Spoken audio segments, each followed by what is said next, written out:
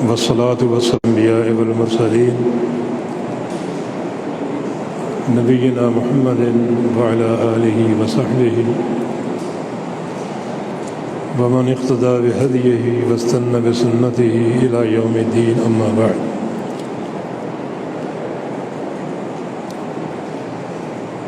شروع رمضان سے اس وائرس کے ساتھ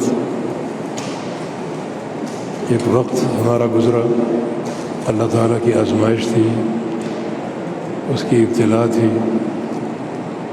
اللہ تعالیٰ نے صبر دیا، اور بحمد اللہ میں بھی، میرا بیٹا بدی الدین اور میری بیٹی تینوں روح بصحت ہیں. جو اس مرض کی علامات تھی وہ اللہ نے ختم کر دی.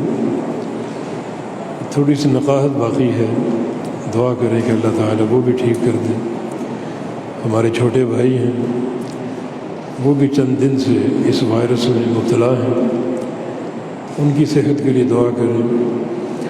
اللہ تعالیٰ تمام بیمار بھائیوں کو، بہنوں کو صحت کاملہ عاجلہ اور دائمہ عطا فرما دے. اس دوران کثرت سے ایک ہی دعا کی تھی کہ یہ گھر جس کو بڑی ایک شوق اور محبت سے بنایا تھا، اللہ تعالیٰ اس کا دروازہ ہم پر بند نہ کر دے، ہمیں اس گھر کی حاضری سے محروم نہ کرے. اللہ تعالیٰ نے دعا سن لی. 2 دن سے ہمارے ڈاکٹروں نے یہ آئسولیشن ختم کروا دی ہے اور میل جول کی اجازت دے دی ہے.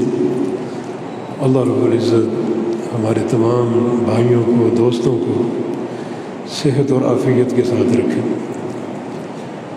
اس وقت ایک حدیث آپ کو سنانا چاہتا ہوں جس پر عمل کی تکمیل رمضان میں ہوتی ہے.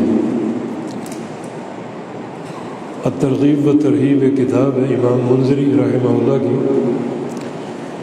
جس میں صحیح سند کے ساتھ یہ حدیث ہے. ایک شخص رسول اللہ صلی اللہ علیہ وسلم کے پاس آیا اور آ کر ایک سوال کیا. یہ صحابہ کرام کی برکتیں ہیں جو ہم تک پہنچتی ہیں. بڑے وہ عظیم الشان سوال لے کر آیا کرتے تھے اور اللہ کے نبی صلی اللہ علیہ وسلم جواب دیا کرتے تھے، اور ان کے سوالات کی بدولت ہمیں ایک بڑا بہترین علم حاصل ہو جاتا ہے.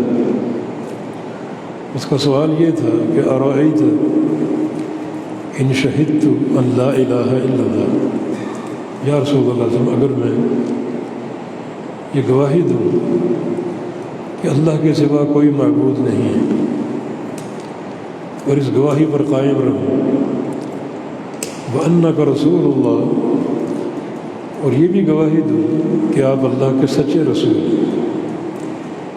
ان 2 گواہیوں پر قائم رہوں، اللہ تعالیٰ کی توحید کی گواہی اور آپ کی رسالت کی صداقت کی گواہی، اور وصلیت الصلوات الخمس، 5 نمازیں ادا کرتا رہا، اور وأدیت زکوٰۃ مالی، اور اپنے مال کی زکوٰۃ دیتا رہا. یہ 4 باتیں ہو گئی. آخری جو 2 باتیں ہیں ان کا تعلق رمضان سے. وصمت رمضان وقمتہ، رمضان کے روزے رکھوں اور راتوں کا قیام کروں. تو ممن انا، میرا شمار کن لوگوں میں ہوگا، میں کن لوگوں میں گنا جاؤں گا. رسول اللہ صلی اللہ علیہ وسلم نے کیا فرمایا؟ من الصدیقین والشہداء، یہ سارے کام انجام دینے پر تم صدیقین میں شمار ہوگی اور شہداء میں شمار. یہ اللہ تعالیٰ کی توحید کی گواہی اور نبی علیہ السلام کی رسالت کی گواہی، اور پھر نمازیں قائم کرنا اور زکوٰۃ دینا. اور ساتھ یہ دو کام، رمضان کے روزے اور رمضان کا قیام،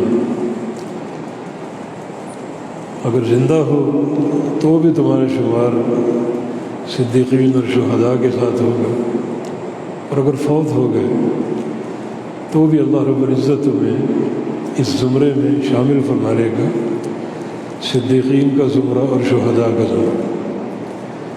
صدیقین جن کے سرخیل ابو بکر صدیق رضی اللہ تعالی عنہ، اور شہداء کا طبقہ جن میں سید الشہداء امیر حمزہ ہوں گے، سعد بن معاذ ہوں گے، جن کی وفات پر اللہ تعالیٰ کا عرش ہل گیا، اور بڑے بڑے جلیل القدر صحابہ۔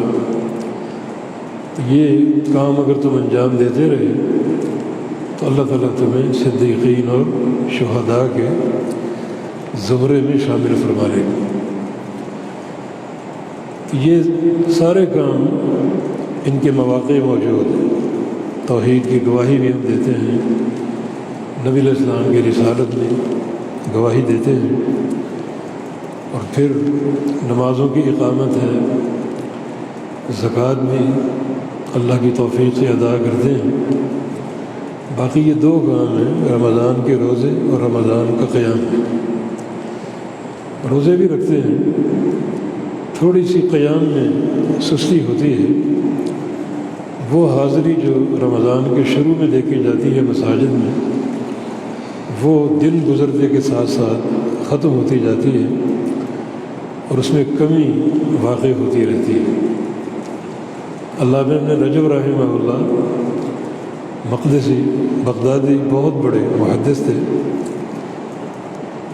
ان کا قول ہے کہ رمضان میں دو جہاد ہیں اللہ کی طرف سے، ایک جہاد کا تعلق دن سے ہے اور ایک جہاد کا تعلق رات سے ہے۔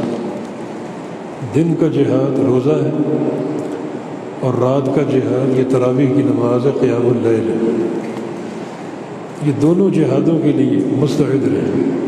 سائل کا سوال یہی تھا، رمضان کے روزے رکھتا رہوں اور رمضان کا قیام کرتا رہوں، ناغہ نہ کروں، نہ روزے میں اور نہ قیام میں، تو میرا شمار کن لوگوں میں ہوگا؟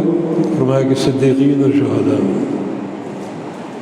ایک نقطے کی وضاحت ضروری ہے، ہمارا رمضان میں جو شوق اور ذوق ہوتا ہے وہ شروع کے دنوں میں ہوتا ہے، مسجدیں بھری ہوتی ہیں، 2-4 دن رونق قائم رہتی ہے، پھر آہستہ آہستہ مساجد خالی ہو جاتی ہیں۔ حالانکہ یہ سوچ شریعت کے خلاف ہے۔ ہر عمل کا جو آخری حصہ ہے وہ زیادہ اجر کا باعث ہے، وہ زیادہ افضلیت کا باعث ہے۔ شروع سے زیادہ آخری حصہ زیادہ فضیلت کا حامل ہوتا ہے۔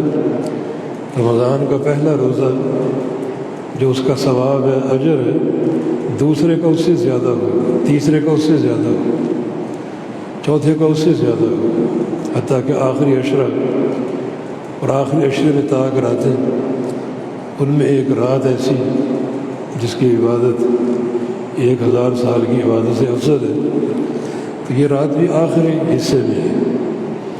ویسے بھی آپ دیکھیں جتنے بھی عمل ہیں، نماز ہے، آپ شروع کرتے ہیں تکبیر تحریمہ سے، رکوع ہیں، سجود ہیں، مگر سب سے آخری حصہ کیا ہے؟ سلام پھیرنے سے قبل۔ سلام پھیرنے سے قبل جو حصہ ہے دبر الصلاۃ، وہ زیادہ افضلیت کا حامل ہے۔ رسول اللہ صلی اللہ علیہ وسلم کی حدیث ہے کہ فَلْيَتَخَيَّرْ مِنَ الدُّعَاء، کہ اس وقت چھانٹ چھانٹ کے دعائیں کرو، یہ بڑا قبولیت کا وقت ہے۔ یہ آخری لمحات جو ہیں اللہ تعالیٰ کے ہاں قبولیت کے لمحات۔ ایک رکعت ہے جو قیام سے شروع ہوتی ہے اور سجدے پہ ختم ہوتی ہے۔ جب سجدے سے آپ اٹھتے ہیں تو دوسری رکعت شروع ہوتی ہے، تو ہر رکعت کا جو اختتام ہے وہ سجدے پر ہے۔ اور سجدے کے بارے میں کیا کیا احادیث، نبی علیہ السلام کی حدیث ہے، اقرب ما یکون العبد من ربہ وہو ساجد، بندہ اپنے رب کے زیادہ قریب کب ہوتا ہے؟ جب وہ سجدے میں ہو۔ اور نبی علیہ السلام کا ارشاد گرامی کہ قامن ان یستجاب لکم، سجدے کی دعائیں اس لائق ہیں کہ قبول کی جائیں، جتنی دعائیں کرو گے اللہ تعالیٰ قبول کرے گا۔ تو ہر رکعت کا اختتام سجدے پر ہوتا ہے۔ کل جمعہ گزرا ہے، جمعے کی جو سب سے افضل گھڑی ہے وہ کون سی؟ فجر سے جمعہ شروع ہو جاتا ہے، آپ جمعے کے اعمال شروع کر دیں، کثرت سے درود پڑھیں، سورہ کہف پڑھیں، مسجد میں جلدی پہنچ جائیں اور نوافل پڑھیں، نفل پر نفل پڑھیں، سجدوں پر سجدے کریں، پھر جمعے کی نماز ہے۔ لیکن ان سب میں افضل گھاٹی کون سی؟ عصر سے لے کر مغرب تک ساعت الاستجابہ، قبولیت کی گھڑی۔ نبی علیہ السلام انگلی کے اشارے سے ظاہر کرتے کہ وہ گھڑی بہت چھوٹی ہے۔ اس گھڑی میں جو بندہ جو بھی دعا کر رہا ہو، دنیا کی خیر مانگ رہا ہو، آخرت کی خیر مانگ رہا ہو، اللہ تعالیٰ اس کو عطا کرے گا۔ وہ گھڑی بھی جمعے کے اختتامی لمحات میں۔ اسی طرح یہ رمضان کی یہ فکر ہم نے کہاں سے لے لی کہ شروع کے چند دن رونق قائم رکھو پھر غائب ہو جائے، کاروبار پر توجہ دو۔ نہیں، جوں جوں یہ دن آگے گزریں گے تو برکتیں فضیلتیں بڑھتی جائیں گی۔ یہ پیغام عام کر رہے ہیں، اپنے بھائیوں کو دوستوں کو دیں کہ مساجد سے دور کیوں ہو گئے؟ یہ تو جتنے لمحات اب باقی ہیں مساجد سے گہرا تعلق ہونا چاہیے۔ اپنا محاسبہ کیجیے۔ محاسبہ کب کرو گے؟ جب رمضان گزر جائے گا تب کرو گے، تب پچھتاوے کے علاوہ کچھ نہیں ہوگا کہ ہم نے سب کچھ کھو دیا، محروم ہو گئے۔ اب یہ محاسبے کا وقت ہے۔ اللہ پاک توفیق دے۔ وآخر دعوانا الحمدللہ رب العالمین۔